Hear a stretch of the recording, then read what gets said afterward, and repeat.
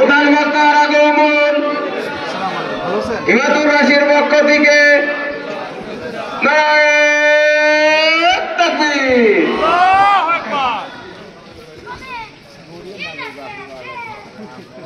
যারা দিবস জামি যায় লড়ে যায় দিন কায়েমের তরে, তুমি তাদেরকে জঙ্গি বলো বাতিলের সুর ধরে। ফতোয়া দিয়ে উম্মার মাঝে বিভক্তি শুধু বাড়াও, নিজেকে ভাবো হক বাকিরা ভুলেই নীতিটা ছড়াও।